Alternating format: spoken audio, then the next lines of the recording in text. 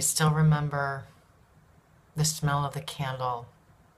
It had just been snuffed out moments ago. Everything was decorated like a little Christmas village. There was a tree with lights lit. There was a cafe table with two high-top chairs, kind of like where I'm sitting now, or where I now sit.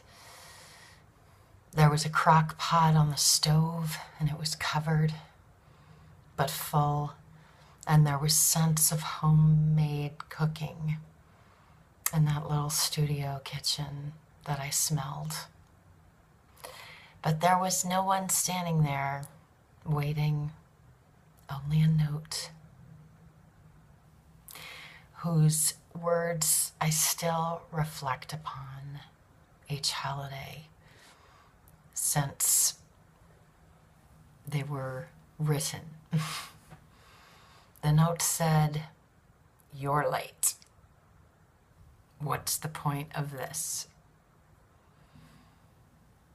And so I want to offer a poem that helped me so much heal feeling like such a mess.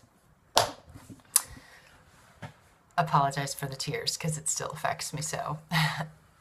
Tonight's keepsake is never quenched, always questing, because I believe deep within my heart we can be ever perfecting how we love one another, and we can be ever growing our compassion for each other. It was 15 years ago. I had just finished a cross-country drive. I had left Miami and was striving to give a try to the Bay Area, kind of have a new now. And it had been months of putting my name in about 20 different school districts and getting fingerprinted for each one and paying the charge that is required, but applying and pursuing teaching. And I had applications in 20 different districts, and I was subbing all over the Bay Area. There was nowhere I wouldn't drive. There was no job that I would say no to. I was determined to figure out this life of mine, and I was giving teaching all that I could. But I was aching for connecting with a heart of like-minded folks, and I was probably missing a sense of family and maybe even sisterhood.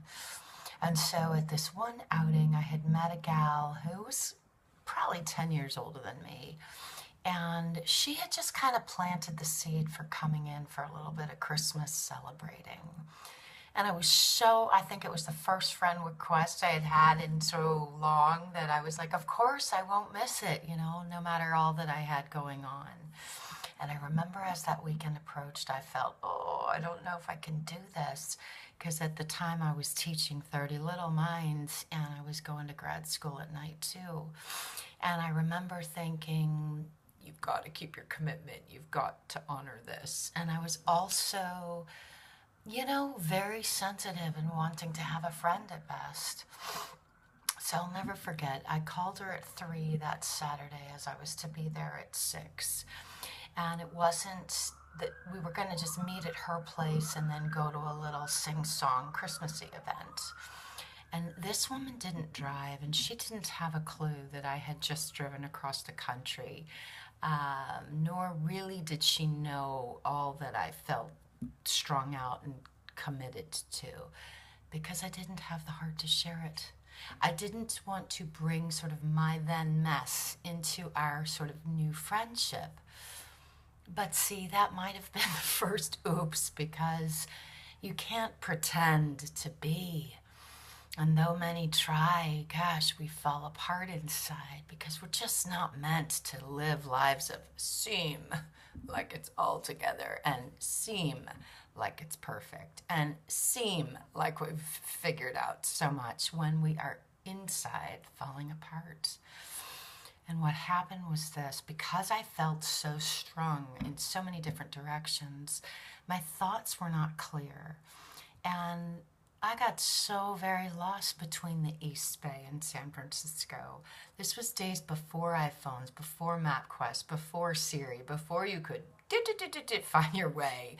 This was back in the days of pagers at best and beepers. And I remember I had her address and I had mapped it as best as I was able. But there was traffic on the Oakland Bay Bridge and there was a backup on, the expressway. And I remember getting off into the city and I hadn't even been there yet. And I didn't want to admit this when I was on the phone with her. And we were kind of making our plans because I wanted to seem like I could figure it out, as if being honest was a weakness.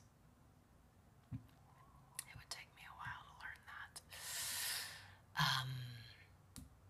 I called her up. I was late.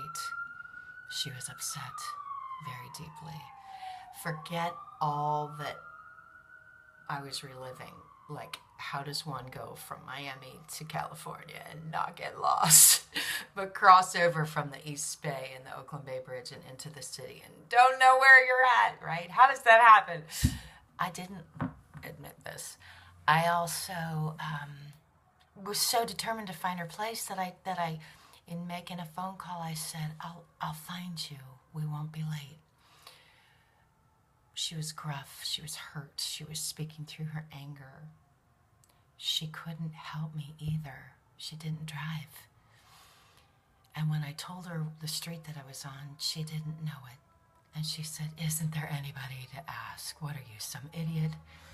So I felt smaller and smaller and smaller. And of course, part of me wanted to just bail.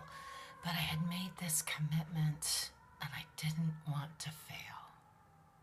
Now, I finally made it. I finally arrived to her door. She had left a key out with a note that said, I couldn't wait any longer.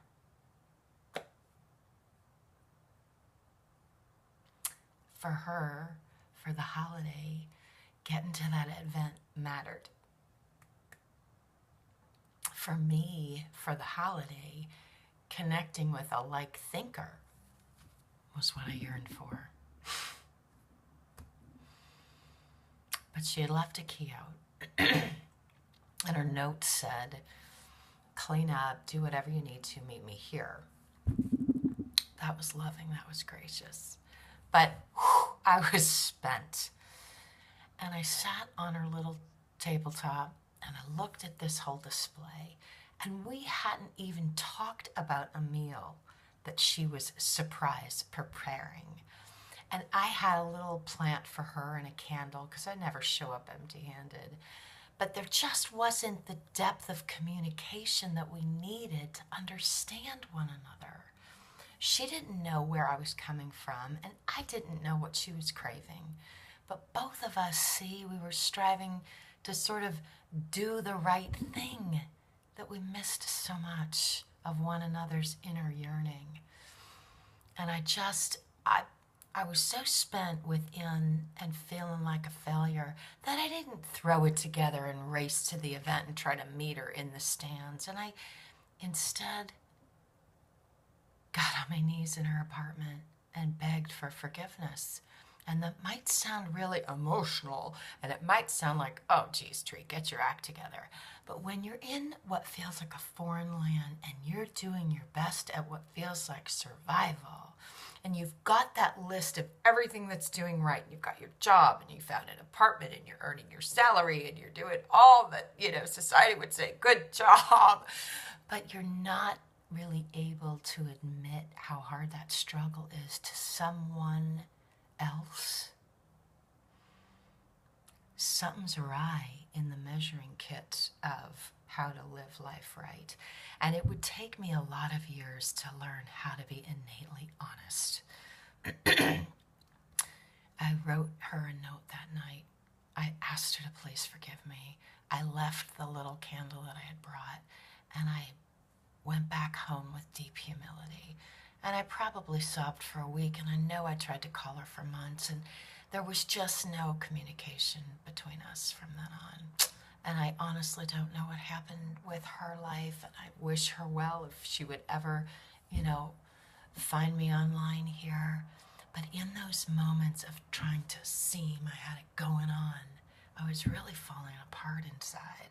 And what I needed so much was just to be able to say to anyone, help, I'm doing the best I can. So why outpour here, right? Something that was 15 years ago. Well, because I'm sure wherever this finds you, you have an event you need to show up for. And I'm sure wherever this finds you, you might be expecting guests at your home. And I just want to invite all of us to remember this tender fact, to have expanded sense of questing to love with more compassion. Everybody's at a different place in their life journey, and everyone's figuring it out as best as they are able with honesty. So my heart to yours. Never feel quenched. Never feel you've got it, set. Always feel able to keep up that quest. How to love ourselves, how to be tender with ourselves, how to grow and expand our love for one another. This was a long one, but my heart to yours. I know I can continue to keep doing better. Big heartfelt hug wherever this finds you.